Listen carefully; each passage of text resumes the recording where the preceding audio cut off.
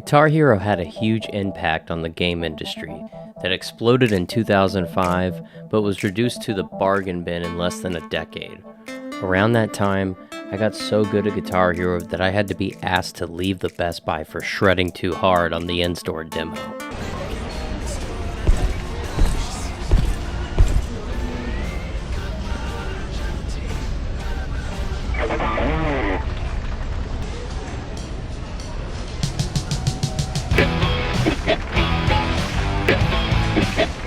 Yeah, whoever's using the Guitar Hero machine in the game section, the police are already on their way. Guitar Hero's influence can still be seen in games like the one I'm talking about today, Everhood. An inevitable tale of the inexpressible divine moments of truth is a rhythm-based action game where you dance to survive in a psychedelic world that relies heavily on humor. Sort of like Undertale, which was another major influence for the game. Everhood is worth your time. Not just for the fun you can expect, but the fun that you really don't expect. And with a sequel just being announced, now is the perfect time to play it. Everhood was developed by Foreign Gnomes, a two-man development studio made up of Chris Nordgren and Jordi Roca. I'm sure I butchered both of those names and I'm very sorry. They wanted to make a JRPG, but came up with a psychedelic rhythm bullet hell adventure RPG instead. You play as a wooden doll named Red. Wait, no, I'm sorry. First, you start a new game, and an omniscient text speaks directly to you through the fourth wall.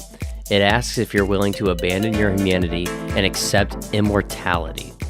You have to hit yes to start the game. Otherwise, the game uninstalls itself, and Chris Nordgren flies to your actual house to personally hand you a refund.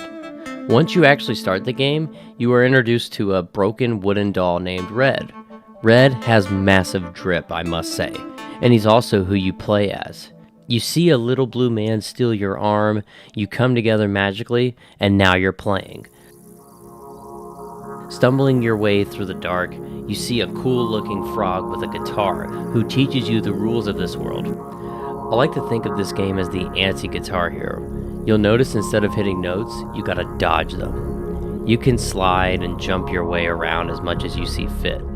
The control is very tight and responsive, but the real star of these battles is the soundtrack. The music in this game is so catchy to me, while hitting a pretty broad range of genres, from funky jam tracks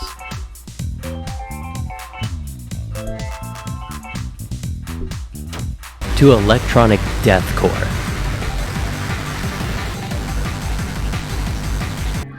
Now, something that's hard about reviewing Everhood is that the game goes out of its way to subvert your expectations. The more anyone explains how, the more the experience is taken away from you, in my opinion. I'm going to pop off a spoiler warning right now, because the less you know going in, the better. But also, the game has been out for over 2 years.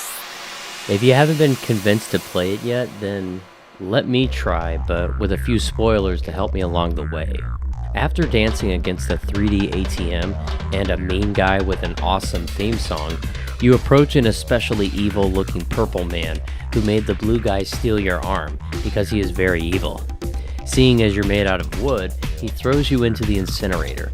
Finger-bleeding metal comes on as the floor underneath is burning in patterns. It's not the kind of dance battle you're used to at all. Once you fail this, the game starts to earn the psychedelic part of its reputation, and I don't think words do this part justice. And it's just like weird shadow render effect, weird rendering effects. No, please. Yeah, exactly. Projectile vomit inducing. No, please. Exactly right. It's me. Is it me? No, it's not. Oh. Did you like that? Up until this point, I was thinking, yeah, I can hang with this game. It requires rhythm, but I got kicked out of a Best Buy for having too much soul on the Guitar Hero controller. What do I have to worry about? No! Please don't turn the camera! Oh no! I think this entire level is you, fighting for your life through all the weird hallucinations you would experience as you're getting lost in the rock and roll and drifting away, if you know what I mean. The first time I saw this effect, all I could think is, I have never seen anything like this before. Like, my mind was blown by this part, blown out of the water. The game has fun with your expectations in a lot of other ways.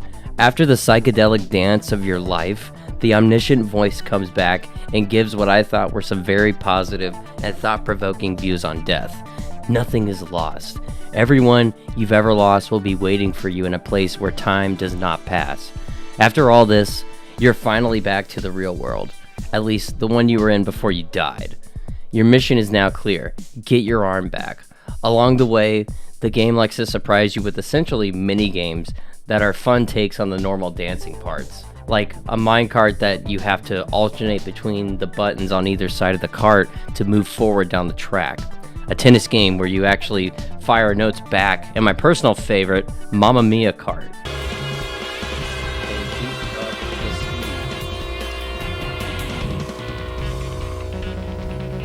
You also have the pleasure of meeting a wide cast of reoccurring characters that I thought were all pretty funny, like the guy that looks like Shovel Knight in his underwear. He works for the big bad and is told to fight you, but countless times throughout the game, after he confronts you, he immediately backs down and says, "Please tell my boss that I fought bravely," or maybe that you snuck past me. Then there's the vampire guy who keeps changing his name every time you see him. The real character who steals the show is the Green Mage. They're basically a wild card with funny delivery to everything they say. That's another thing. There's no voice acting in the game, but all the characters have a distinct way that they talk. Even if they are just little beeps and grunts, they add so much personality. By removing this giant boulder in your way. Transform it, that'd be cool. Clay pot? I will now consider the debt paid. If you've seen the trailer for Everhood 2, you'll notice that there's a big focus on combat. Well, the cat's out of the bag already, right? It's not bad if I talk about this now, right? Well, eventually you do get your arm back, and this unlocks combat. You find out there's a reason everyone's been trying to keep that arm from you. Your frog friend comes back and explains how to use this new mechanic. I don't want to spoil much more than this, but this changes everything about the game. But it's not too late for you. If any of this at all sounds interesting to you, then go out and pick up Everhood on Steam right now. Everhood does not overstay its welcome, clocking in about 7 hours. But if you're interested, there's New Game Plus modes with extra boss fights and plenty to dig into if you want even more after the credits. On the surface, Everhood is a new take on rhythm games with a funny narrative and a dark yet positive aesthetic. On a deeper level, it's a game about seeking absolute truth at any cost. Would a world where you and all your friends go when they die, where time never passes, really be a good thing? Would it always stay a good thing? I like the places this game goes emotionally the more that I played it. And the more you play it, the more awesome songs you get to hear too. I never found a level in this game that I wasn't bopping my head to the beat. I think it helps a lot. You see, to feel the rhythm, you have to feel the soul of the Xbox 360 controller in your hands. She has to weep in your hands her soft, sweet melody into your soul. Only by depositing your soul into the Xbox 360 controller can you truly become one with the rhythm. If you've come this far, I want to give you a little secret to take on your way. If you do end up playing this game, and if you stream on Twitch, there's a chance Chris Nordgren himself may come to your stream to thank you for playing his game. I thought it was pretty cool of him to come hang out with my friend Kojo and I for like 20 minutes on one of my streams. Not to mention, I bet there's nothing he loves more than seeing people enjoy the game that I think he did such a good job on. So, if that's your thing, that's one way you could really make a stranger's day, in my opinion. Anyway, thanks for watching, and for the love of God, have a nice day.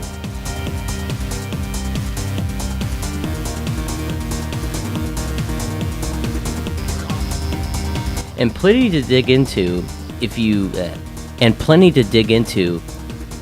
want. What did I write here? Plenty to dig into if you want even more. Okay. Plenty to dig into Even if you want... Oh, fuck me. I need to put commas and even more after the credits. So much of it is like you're writing it and then halfway through. If you want even more after the credits. Like I sure did. Do I try to read this whole sentence on your first... If you say it right, I'll put it in. From... But if it's not... Hold on. Right here. Everhood does not overstay its welcome. If you want even more after the credits. Thank you so much. I'll Venmo you. I'll Zelle you. I'll I'll PayPal you. I'll tell you 50 cents. I'll Gizmo you 30 Squark tokens, man. There is a gizmo. Little secret for you to take on your way. Why am I such a bad writer?